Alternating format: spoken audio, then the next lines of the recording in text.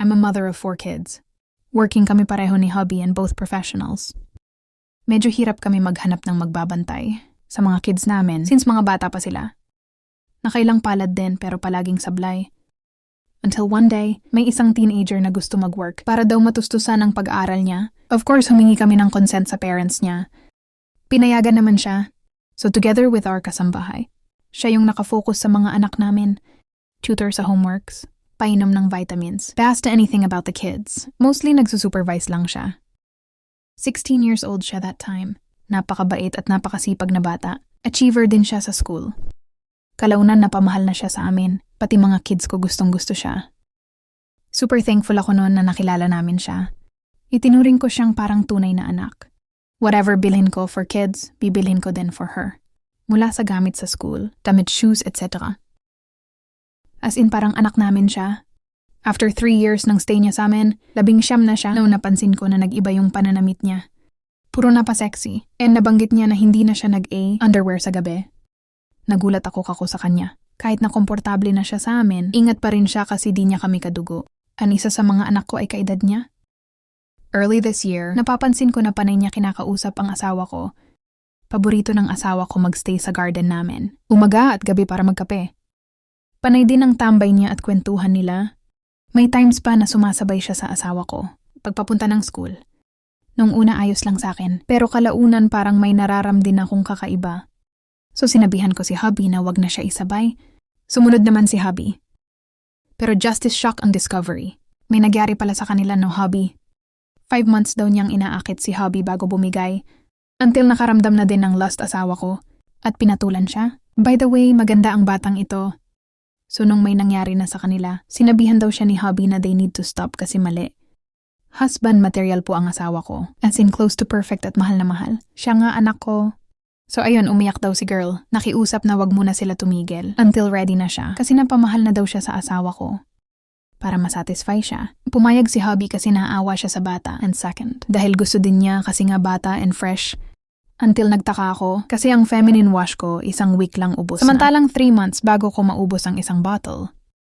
Since I'm obgyn, I don't advise na araw-arawin paggamit ng femwash. So I confronted my other kasambahay. Sabi niya hindi daw siya, so kinabahan ako. Then nag-observe na ako from then on until dumami na evidence ko na there's something wrong.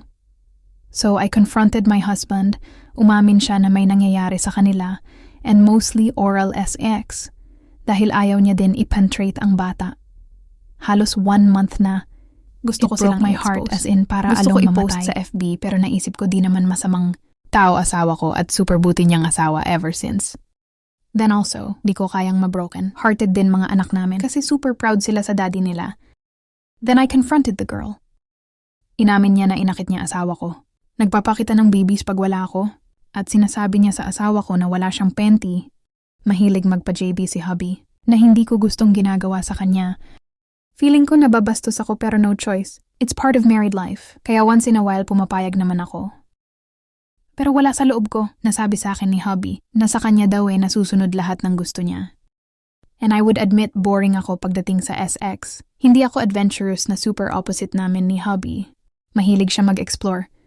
Kaya medyo nawili na din siya sa ginagawa sa kanya ni girl. And as a return, kinain din niya si girl na naging dahilan ng pagkaubos ng feminine wash ko. Right now, nasa process ako ng healing. May hubby ask for forgiveness, full of remorse and regret. But inuna daw niya ang bugli niya. Si girl din nagsorry, pero panay pa rin ang pakut sa asawa ko. Pinaalis na namin siya sa bahay. Now need kong stop sa profession ko, since ito ang kumakain ng oras ko. Para mawalan din ako ng oras sa asawa at mga anak ko. 3 months na akong full-time mom, and I feel fulfilled kesa nung working pa ako. Sometimes, tumatanggap ako ng patients pero hindi na ganun. Karami limited na lang para maaliw din ako kahit papano. Napansin ko lalo kong mahal yung asawa ko now, kasi dati, super kampante ako na hindi siya titikim ng iba. Pero mali pala. Natutunan ko, alagaan mo property mo and don't let others come near them. Mahirap at sobrang sakit pero what to do? I prefer peace kesa magskandalo. Plus naisip ko, maraming beses ako na ipagtanggol ng asawa ko. A lot of times din ako may mali sa relasyon namin. This is the first time na binaliwala niya ako. Pero naisip ko na lang na mas matimbang love ko sa kanya kaysa sa mali na nangyari. Tama ba naging desisyon ko? Or martyr ba ang dating? As of now, I'm trying to gain my confidence again. And yung trust ko sa kanya, hindi madali, pero mas ito ang maigi para na din less stress ako. In fairness kay hubby, palagi naman niya ako ina-assure na love niya ako and that it will not happen again. Hindi naman siya naghanap talaga ng iba. It's just that may opportunity na lumapit. That's why natukso siya.